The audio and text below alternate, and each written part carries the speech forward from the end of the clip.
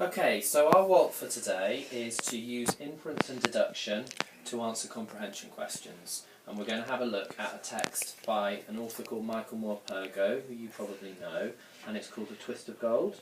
So we're all on page 65?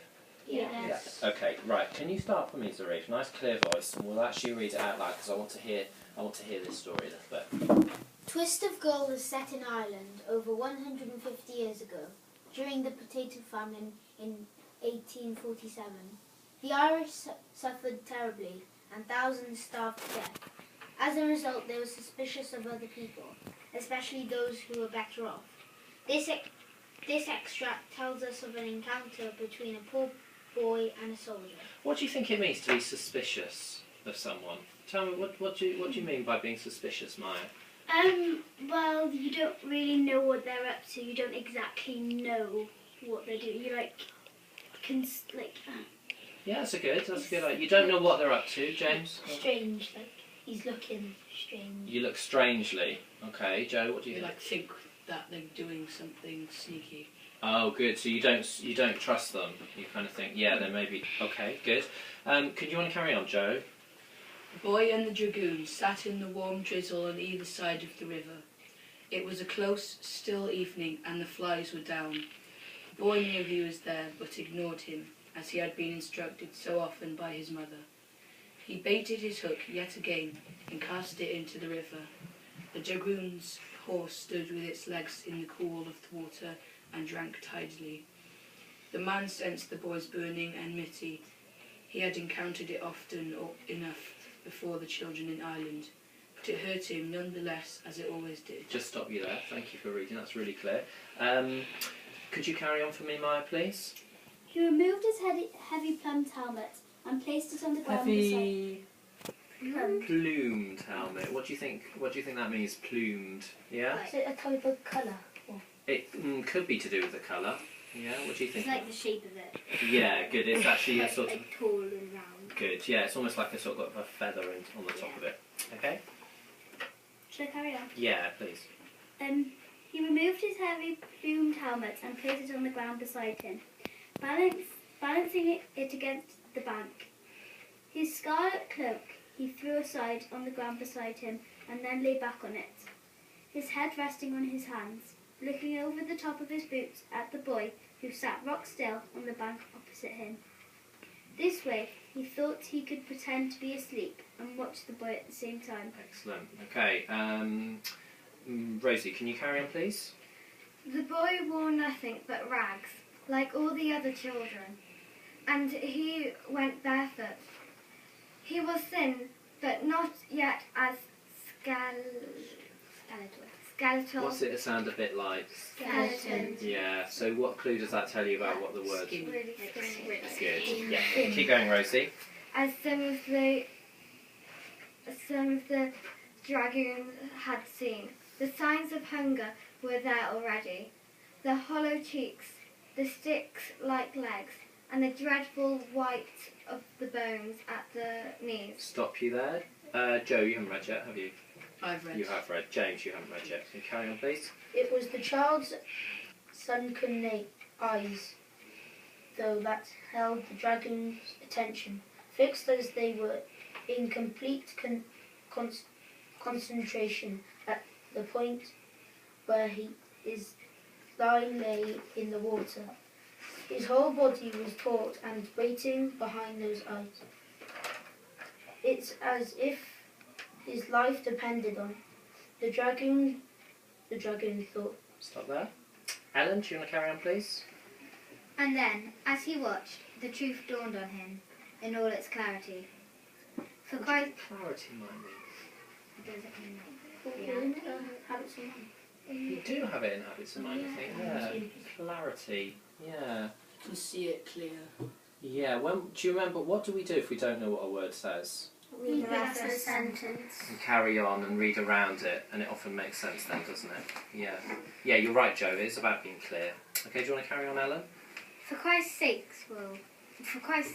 Will, he said to himself. What are you saying? His life does depend on it. Look at him. You're looking at a dead child. In a couple of weeks, in a couple of months, You'll be trotting along some dripping, leafy lane, and you'll see a body lying muddy and still in a ditch. Who hasn't read? We all read? Yeah. Oh, fantastic. We just finished that page then, Ellen, actually. And it won't... And it won't be just anybody's body. It'll be him. Impulse struck him against his better judgment. The dragoon sat up suddenly, resting elbows, and called out. Right, let's stop there, because I want to think a bit about this page that we've read so far. So, I said in the Walt that we were going to be using inference and deduction. Can you remember what that means? When we use inference and deduction to actually look at the text, what does it mean, Sari? I think it means to look between the lines and see how they're actually feeling, even though it doesn't say. Right, that's really important what you just said there. Even though it doesn't say, can you expand on that a little bit, Ellen? Like, if it doesn't, even if like the feeling is like, oh, by the way he does it, like if he yawned, he'd either be tired or bored or something. Brilliant. So actually the clues that you've got in the text, so trying to be a little bit of a reading detective we've talked about. Okay, now I'm going to start off, first question I've got for you, I'd like you to use the skill. Do you remember we talked about we just did this, looking at, you might not know what a word means, but you can kind of look at the context of the sentence and what the rest of the sentence is saying to hopefully give you a little bit of a clue. Now I've got a word here I was reading, and I predict that you might not know what this word means. It's the word enmity. Can you just put your finger on it for me? It's quite near the beginning, but don't worry about the second page, sorry. Enmity. Now, can you read the rest of the sentence? And I'd like you, just read around it, and could you just write on your whiteboard what you think that word might mean based on your understanding of the rest of the sentence? What the word enmity might mean. Don't worry if you're not sure. Just write down a word that you think it might mean. I'm really interested to see what you think. Have you got it, James? Yeah, I'll show you. Yeah. So if you read the rest of the sentence, the man sensed the boy's burning enmity.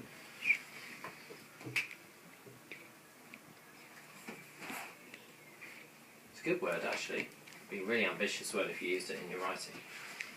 A few people. Joe's got an idea. What have you got anything there, Rosie?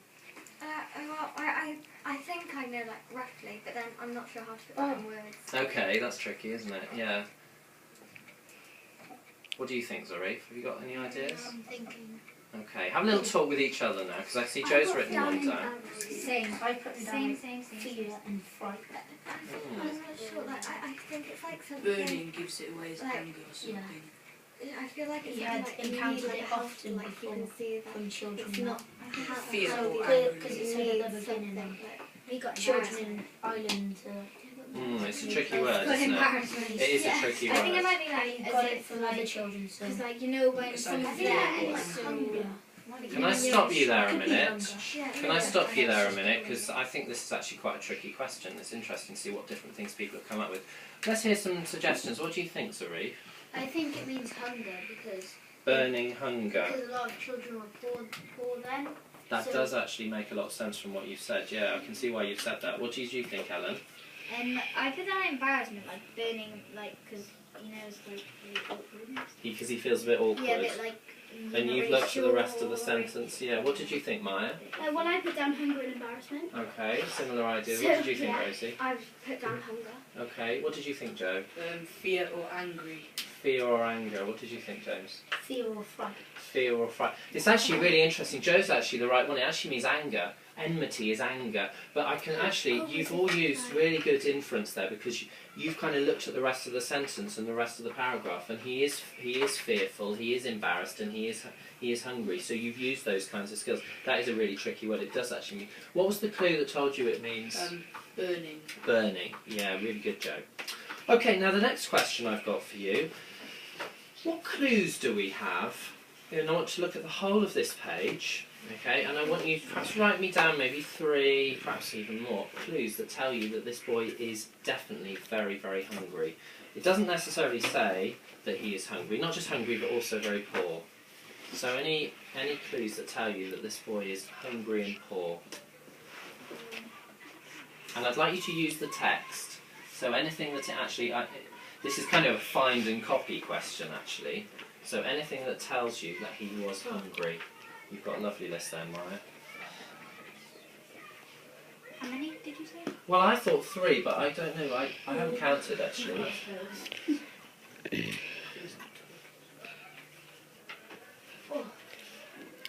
It's really helpful if you're writing these ideas down, because I can then actually see what you've come up with.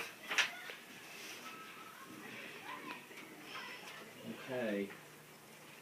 So Zarif and Ellen have both found that the boy wore nothing but rags. She looked at his clothes, his appearance. James has got something about his bare feet. Maya, what's that about his cheeks that you wrote down there? It said the hollow cheeks. What do you think that means? That he hasn't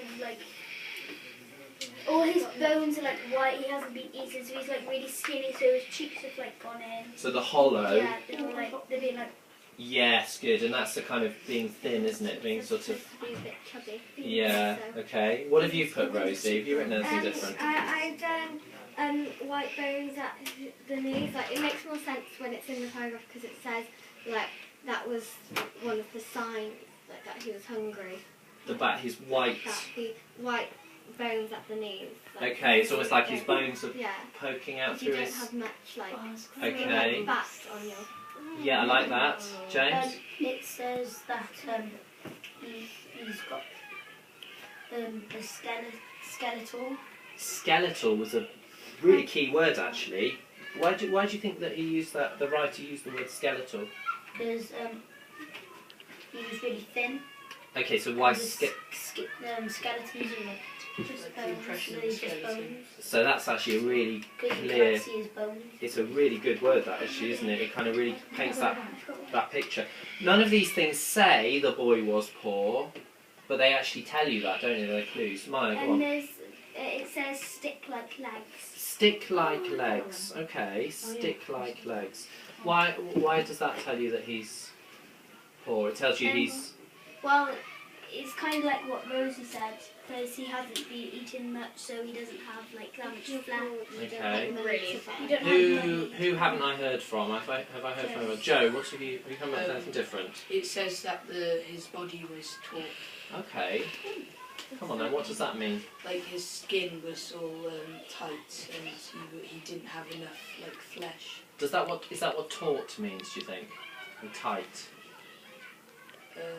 Not sure. It is actually. No, it is, yeah. So his skin is very tight, and what does that suggest to you? That he doesn't have a lot of flesh. Right, okay. Now, my next questions actually are about the next page, so I'm just going to ask you to quickly go on to the next page, which you have read to yourselves, haven't you? Yeah. We all read the first page to ourselves. Okay, now, I wonder if you could just have a look at the part where the boy is given biscuits. Can you find the part where the boy is given biscuits? I think it's at the top of the page.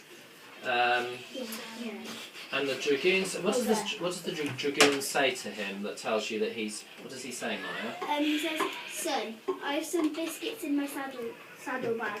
Would you like a biscuit, son? You'll not be catching any fish here, you know. I've been trying for weeks myself. The odd tiddly trout, that's all. Water too low. So basically he's just saying, he feels sorry for him because he doesn't have food. Yeah. So he's just giving him some biscuits. And he's offering him some biscuits. Now, look at the bit where he actually gives him the biscuits. Can you find the part where he's actually passing him the biscuits? Perhaps someone could just read me that part. If you can find it, I think it's a little bit further down the page. They met in midstream. Do you want to read it, Zarif? No, you can just got it there. They met in midstream, and the dragoon looked down at the boy and handed him the biscuits. Shall I come back tomorrow, son? Same time, same place? Will you be here, son? Could be, said the boy, holding the biscuits tight in his hands and smelling them as if to confirm their reality. Maybe I will, he said.